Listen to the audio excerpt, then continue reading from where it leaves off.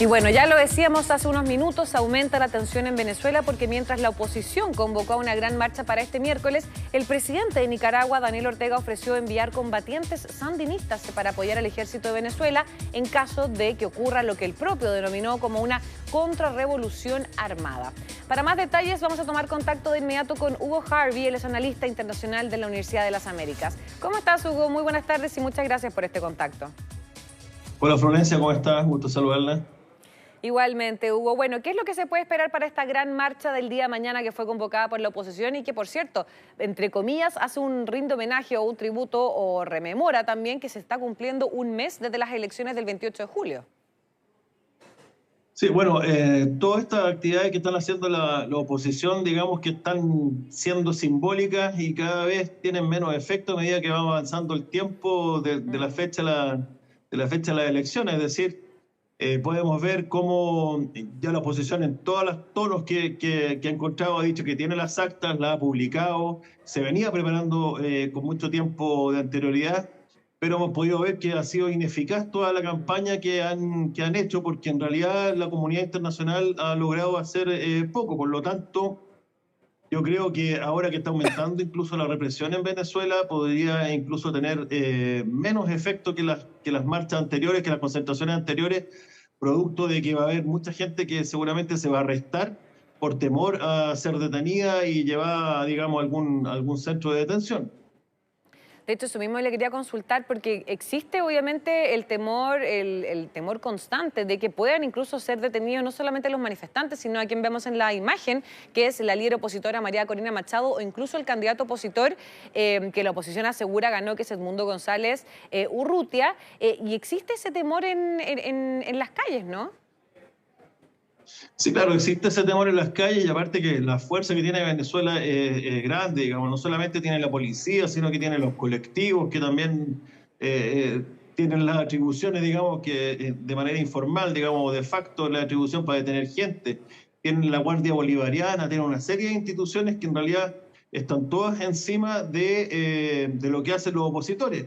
E incluso hace poco rato Maduro hizo un cambio de gabinete, Sí. en el cual nombró a Diosdado Cabello como ministro de Interior y ministro de Justicia. Imagínense esas dos carteras concentradas en una persona. Con mayor temor van a salir la gente a las calles si es que salen a partir de ahora. Yo creo que eso también lo hizo con ese objetivo también Maduro.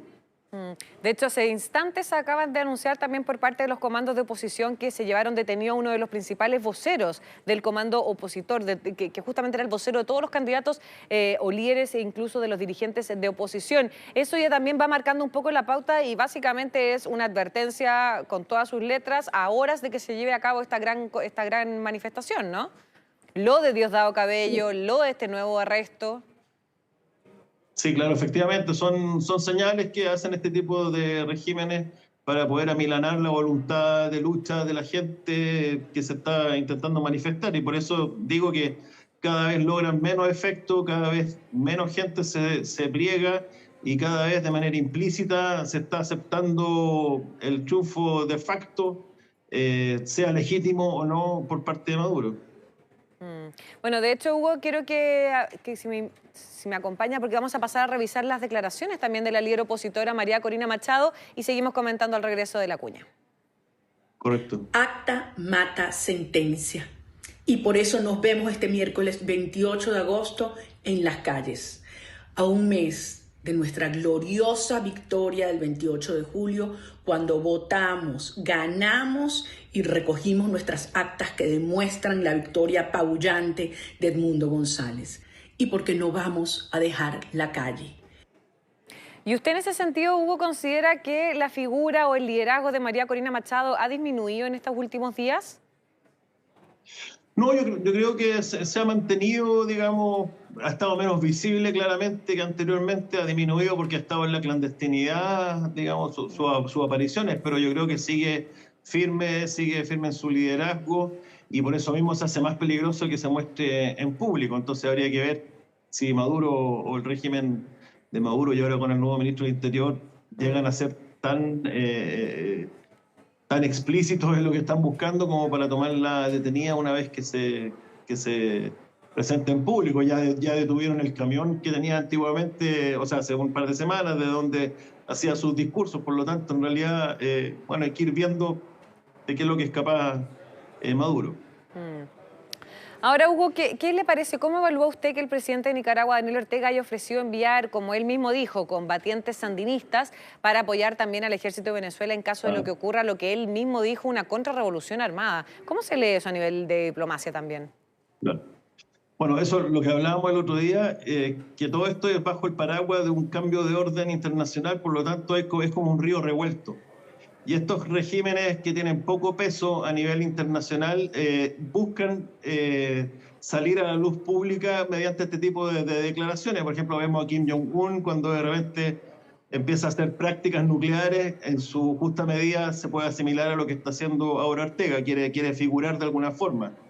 Por lo tanto, ofrece combatientes sandinistas a Venezuela, pero yo creo que Venezuela no los necesita, tiene suficiente fuerza, tiene alrededor de 150.000 soldados en las 5 instituciones de las Fuerzas Armadas que tiene. Por lo tanto, no creo que vaya a aportar mucho. Lo que sí me llama la atención, o no me llama la atención, sino que confirmo, es la retórica sesentera o de la Guerra Fría que está ocupando Ortega, porque habla del imperialismo, que hay que imponerse contra el imperialismo, la contrarrevolución. Está hablando de una guerra civil y está hablando que también se está organizando algún tipo de ataque desde Colombia. Ahora, la lógica de la guerra civil yo no la veo tan difícil, pero tendría otra modalidad. En América Latina se han dado guerras civiles en las cuales no se fragmentan las Fuerzas Armadas, sino que se fragmentan estratos. Es decir, por un lado están los generales o mandos superiores a los que les llegan los beneficios de estar en el poder, y por otro lado está la tropa u oficiales jóvenes a los cuales no le llegan todos estos beneficios, y desde ahí se empieza a germinar algún tipo de movimiento. Esto pasó en República Dominicana el año 65, por ejemplo. La diferencia es que ahora no está Estados Unidos presente, porque Estados Unidos tiene varios frentes más importantes que estar cuidando, y es aquí donde debería Lula y AMLO adquirir algún tipo de liderazgo y poder forzar una salida democrática al problema que está teniendo Venezuela, que no implique repetir las elecciones desde mi punto de vista.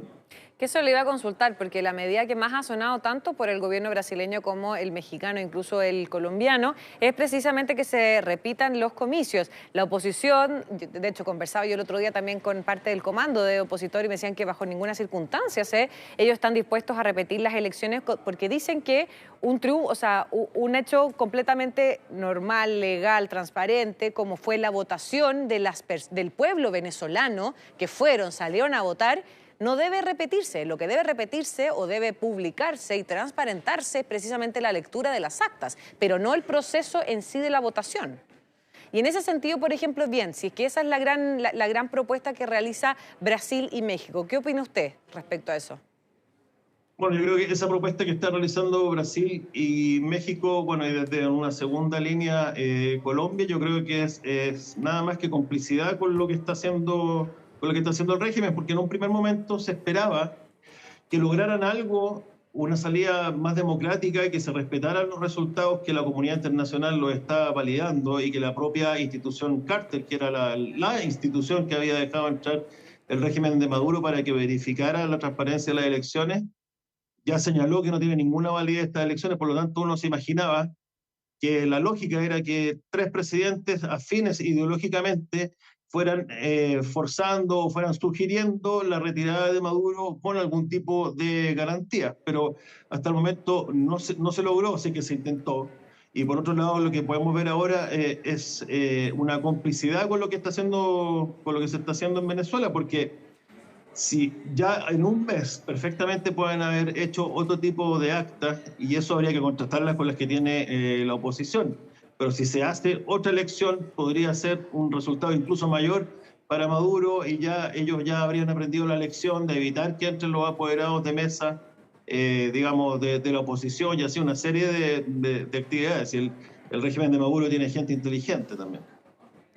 Claro. Ahora Hugo, respecto también a nuestro país, ¿qué le parecen estas declaraciones o que básicamente que el gobierno de nuestro país calificó al régimen de Nicolás Maduro derechamente ya como una dictadura? De hecho, es el único presidente de izquierda, podríamos decir, en Latinoamérica que ha utilizado ese concepto de dictadura. Sí, bueno, desde mi punto de vista, el presidente Boric lo que ha hecho es cumplir con la tradición diplomática del Estado de Chile, que es respetar la democracia, en primer lugar, respetar la autodeterminación de los pueblos, pero no en el sentido que lo dice Ortega, sino que en el sentido del pueblo que fue a votar y se volcó en las urnas. También está cumpliendo los principios democráticos, que son los principios del sistema interamericano. Por lo tanto, lo que está haciendo es cumplir con una tradición diplomática que Chile históricamente la ha venido cumpliendo. Y creo yo también, bueno, hay que destacar eso, que sea el único presidente de izquierda. A mí lo que me preocupa es que Ortega empiece como a hablar mal de Petro, a hablar mal de Lula, a hablar mal de otros presidentes, lo mismo, bueno, lo que se refirieron al presidente Boric, al expresidente Piñera, y se empieza a crear un clima de tensión cuando lo único que tiene que hacer América Latina en estos momentos es estar unidos en torno a los organismos multilaterales, desde mi punto de vista la OEA, y no el ALBA y esas cosas que van y vienen, digamos. Ahora, Hugo, la Fiscalía venezolana ha citado ya por segunda vez al candidato opositor Edmundo González Urrutia, a las cuales no ha asistido. ¿Qué se puede esperar por eso? ¿La Fiscalía podría tener algún tipo quizás de poder en el caso de, en reiteradas ocasiones, en reiteradas citaciones a las que no asista, tener como un argumento más concreto para su detención? Sí, claro, efectivamente, porque estaría en desacato y ya se le están formulando cargos de sedición, de intento de golpe de Estado virtual, creo que era la figura que se está utilizando, de sedición y una serie de otros cargos que ya se le están formulando, por lo tanto corre riesgo, lógicamente, de ir a presentarse a la Fiscalía y si no va, también van a tener más argumentos para poder tomarlo detenido donde lo encuentren. Además también, Hugo, hay 11 países de América que rechazaron este fallo del Tribunal de Justicia, Supremo de Justicia, pero más allá en el rechazo quizás diplomático, en rechazo significativo, que sea un símbolo político, ¿qué se puede esperar de ese tipo de rechazos? ¿Qué puede hacer la comunidad internacional más que rechazar públicamente ciertas cosas? Sí, es una disyuntiva sumamente difícil porque lo que puede hacer, por ejemplo, la mayoría de los países de América Latina, lo que tiene América Latina en este momento es la OEA, y la OEA hasta el momento se reunió en su Consejo General, que son los representantes normales.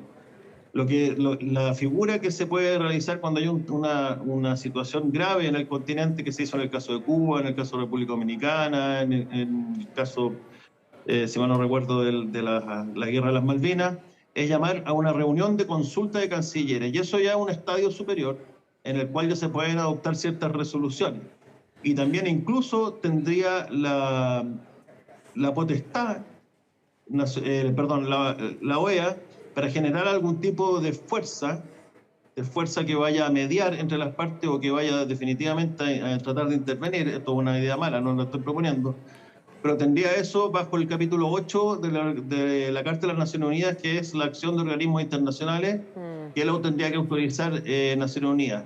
Pero es sumamente difícil porque las Fuerzas Armadas venezolanas son fuertes, no está el apoyo de Estados Unidos. Estados Unidos ya no es lo mismo. La OEA en su momento, en los años 60, le decían el Ministerio de Colonias de Estados Unidos. Hoy en día podemos ver que ni siquiera pudo forzar una votación, la primera vez que se reunieron, una votación en contra de Maduro. Por lo tanto, sumamente complejo el tema. Lo otro que se puede hacer es un aislamiento internacional y sanciones económicas, pero con eso se está afectando al pueblo. A la gente, entonces, claro.